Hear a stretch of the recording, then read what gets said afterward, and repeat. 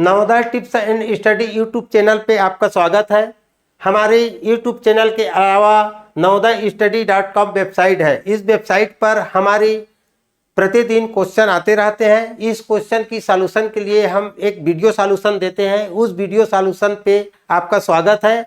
हम यहाँ पर आपको वेब के माध्यम से ऑनलाइन कोर्स कराते हैं, जिसमें ये वाला आप web.navodaystudy.com लिंक क्रोम पे सर्च करें और वहां पहुंच जाएंगे। और हमारा मोबाइल ऐप पर भी आप कोर्स ले सकते हैं। app.navodaystudy.com सर्च करके हमारे प्ले स्टोर पे पहुंच सकते हैं, जहां से ऐप डाउनलोड हो जाएगा। तो चलिए, आज के जो प्रश्न दिए गए हैं, 3 प्रश्न जो कोण पर आधारित है, सरल अनुप्रयोग, इससे 3 प्रश्न का जवाब हम देखते हैं। पार्ट 5 के अंतर्गत हमारे वेबसाइट पर भी आपको ये मिल जाएंगे और वहां वो प्रश्न मिलेगा। प्रश्न पहले हल कर लें, उसके बाद सॉल्यूशन देखें। तो चलिए स्टार्ट करते हैं। पहले प्रश्न पे पहला प्रश्न है आपका 25 अंश का कोटि पूरक कोण होगा। 25 अंश का कोटि पूरक कोण क्या होगा, ये आपको उत्तर बताना है ए, बी, सी अथवा डी में। इस प्रकार आपको बताते हैं। वीडियो अच्छी लगे तो जरूर शेयर करें लोगों को, और लाइक बिल्कुल कर दीजिए। आपके एक लाइक से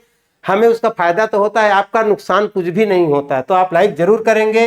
कोटि पूरक कोण कितना होता है, किसी समकोण पर यदि एक कोण और लगा हो, उसके एक कोण का मान वो 25 बता रहा है, तो दूसरे कोण का मान निकालना होता है।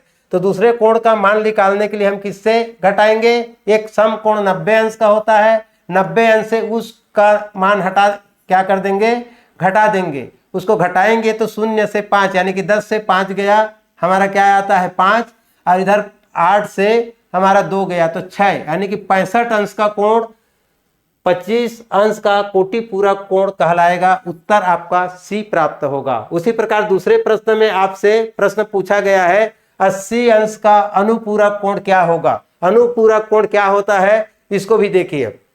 अनुपूरक कोण में वही नाम है उसका, कोटि पूरक कोण और अनुपूरक कोण एक ही है, नाम एक ही है। इस आधार पर भी वही समकोण पर कोई एक कोण बना है जिसका मान क्या है, 80 अंश का है। एक का मान 80 अंश का है, तो दूसरे का मान इसको पूछा जाता है, इसका पूछा जाता है। इसमें भी हम क्या करते हैं, 90 अंश में इस 80 को घटा देंगे, जो प्रश्न में दिया है 80 को घटा देंगे, तो इसमें बचेगा क्या, 0 और 1 10 अंश। तो यहाँ आपका उत्तर आता है बी। तो कोटि पूरक और अनुपूरक एक ही नाम है, और एक नाम और है, उसको कहते हैं पूरक कोण। तो 3 नाम एक ही प्रकार से आपका बनेगा। अगला प्रश्न हम आते हैं, प्रश्न क्रमांक 3। वीडियो अच्छी लगे तो जरूर लाइक करिए, शेयर करिए। लाइक करने के लिए आपको किसी प्रकार का कोई चार्ज देना नहीं पड़ता है। यहाँ पर 85 अंश का संपूरक कोण होगा।